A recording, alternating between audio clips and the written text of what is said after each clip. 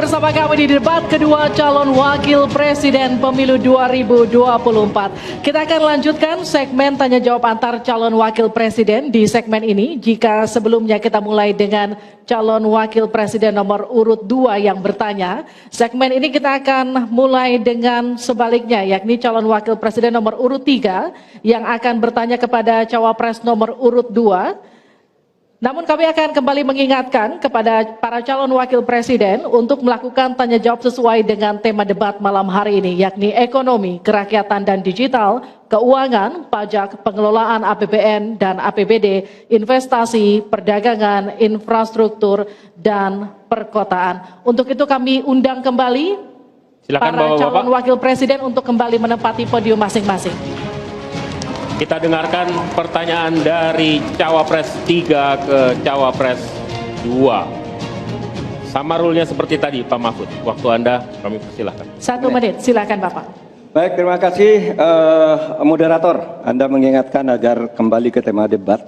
Karena tadi pertanyaannya itu carbon capture itu nanti debat keempat tanggal 21 Januari.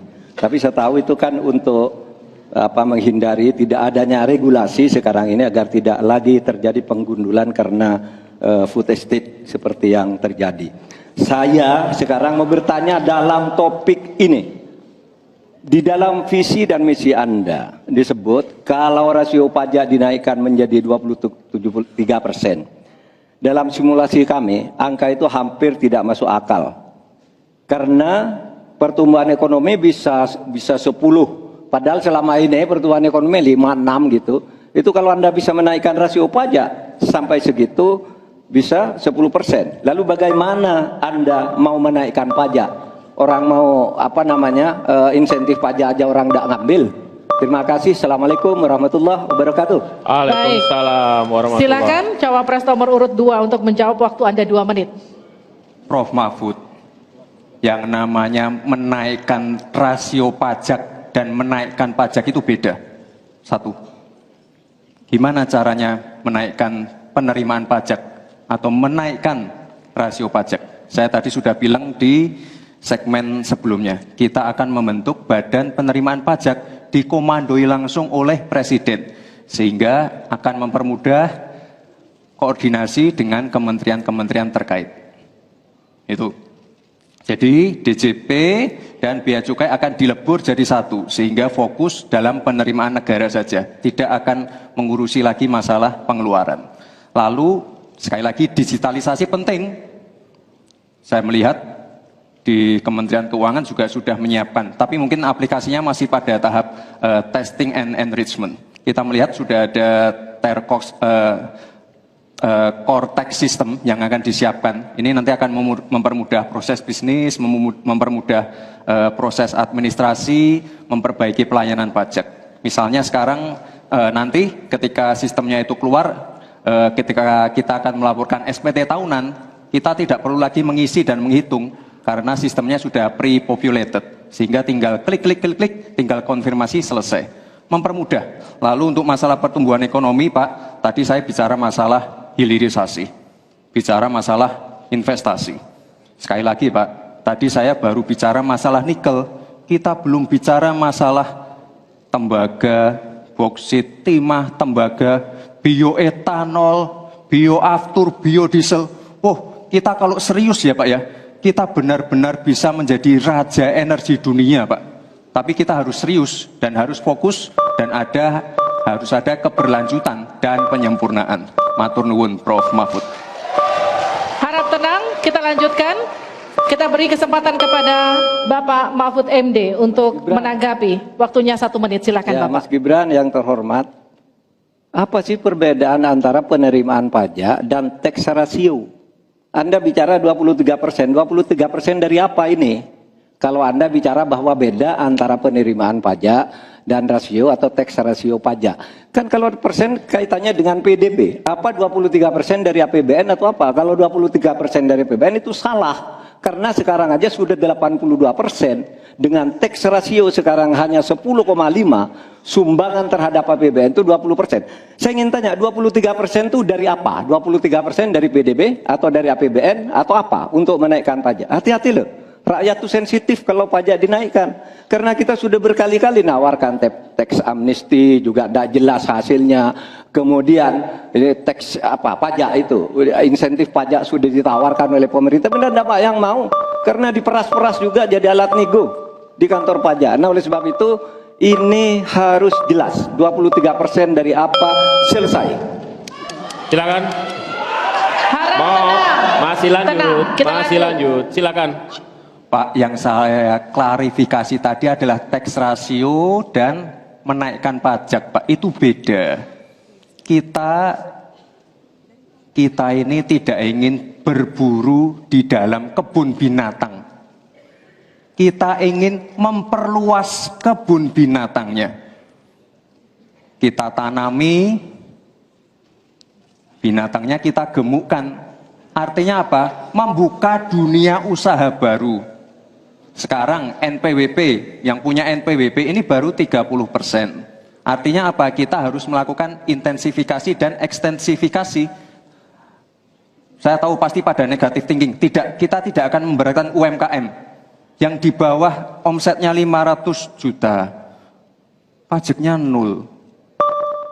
Pengen modal 200 juta,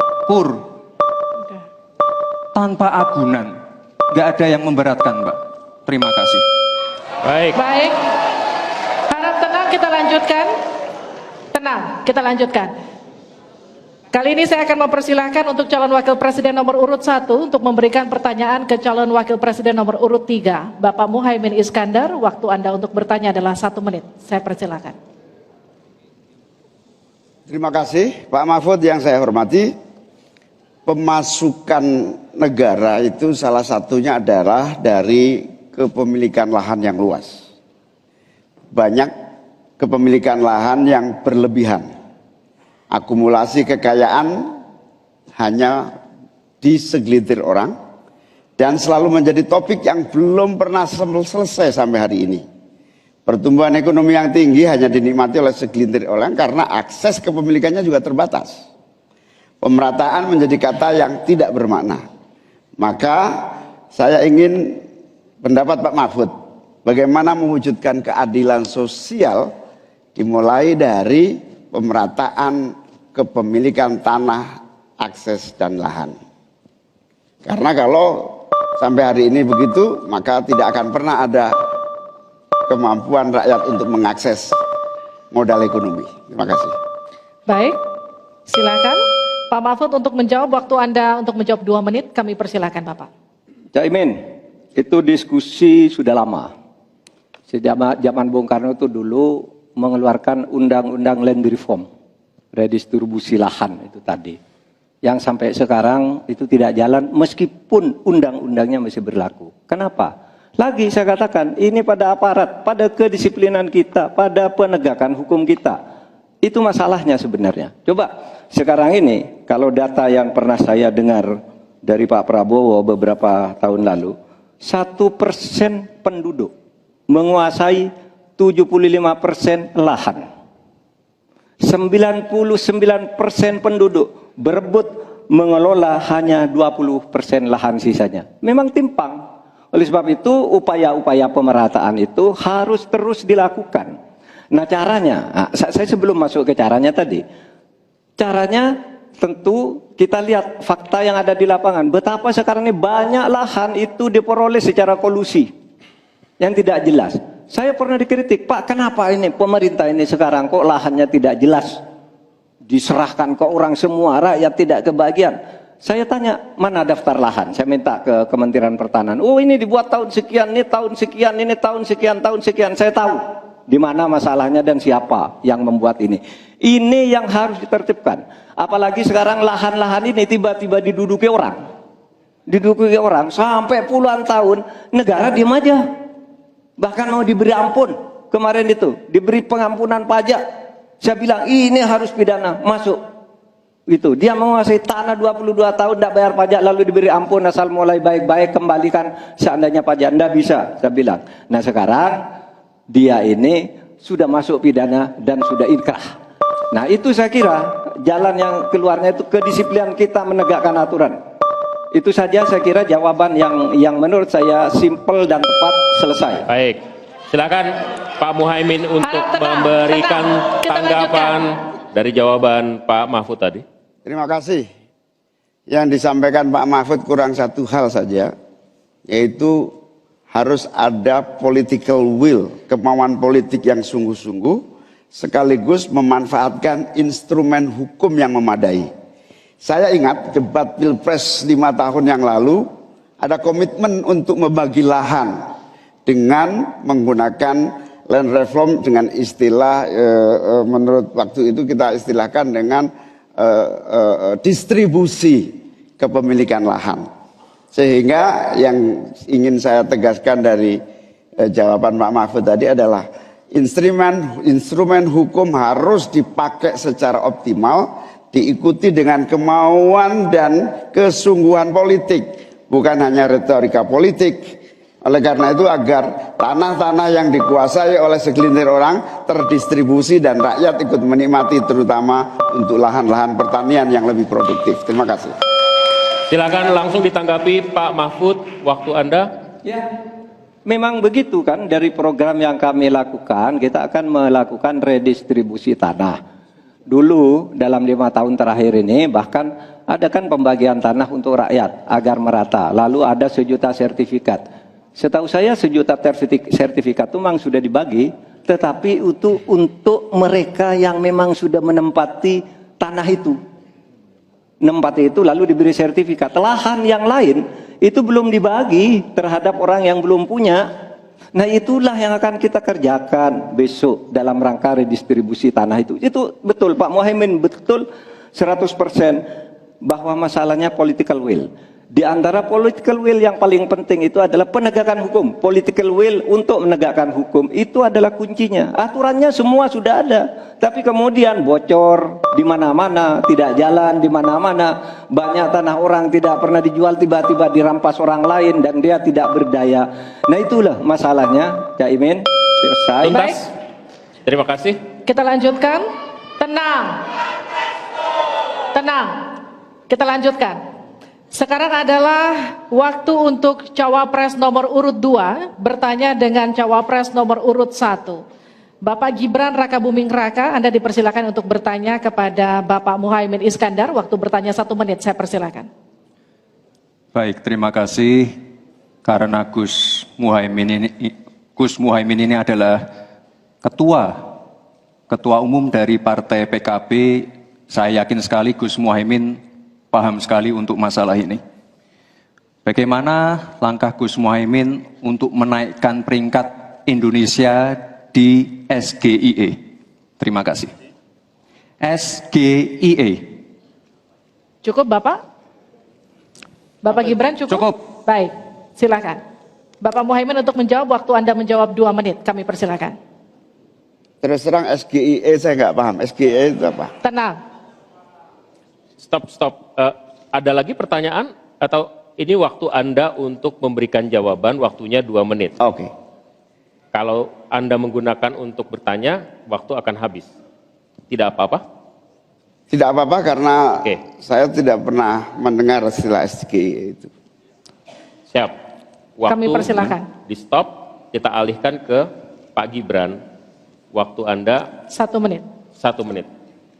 Baik, Gus, kita kan sedang fokus mengembangkan ekonomi syariah, keuangan syariah. Otomatis kita harus ngerti juga masalah SGIE. SGIE itu adalah State of Global Islamic Economy. Misalnya sekarang yang sudah masuk peringkat 10 besar adalah makanan halal kita, skincare halal kita, fashion kita. Nah, itu yang saya maksud, Gus. Dan ya mohon maaf kalau pertanyaannya agak sulit ya Gus, terima kasih. Harap tenang. Tenang. Mohon kerjasamanya. Waktu Anda, Pak Muhaimin, 1 menit untuk menanggapi. Terima kasih. Memang pertanyaan ini sungguh penting karena Indonesia dengan jumlah umat Islam yang terbanyak di dunia, sekaligus bukan saja sebagai pasar ekonomi syariah, pasar pariwisata halal, pasar perbankan syariah, tetapi sekaligus punya potensi menjadi pusat ekonomi syariah dunia. Nah, posisi kita yang masih di bawah ini membutuhkan langkah-langkah penting agar yang disebut SGEE ini menjadi kita menaikkan peringkat kita. Ada beberapa hal yang bisa kita lakukan. Yang pertama, yang harus dilakukan pemerintah adalah menyiapkan seluruh perangkat regulasi agar tumbuh kembang seluruh industri halal, termasuk bagaimana membantu sertifikasi secara murah bahkan gratis, terutama bagi UMKM kita. Habis waktunya, kita berikan aplaus terlebih dahulu kepada 3 calon wakil presiden yang sudah berinteraksi. Boleh dong, kalau ada waktunya kita kasih apresiasi yang meriah. Untuk ketiga cawapres malam hari ini yang telah melakukan sesi tanya jawab dan juga saling menanggapi. Sudah ada tiga fase yang kita lewati, menyampaikan visi dan kemudian Harap tenang. program kerja, kemudian menjawab pertanyaan dari panelis dan berinteraksi satu sama lain. Masih ada satu sesi lagi yang kita sisakan, memberikan pernyataan penutup. Tapi itu nanti kita tahan dulu, kami akan kembali di debat kedua calon wakil presiden pemilu 2024.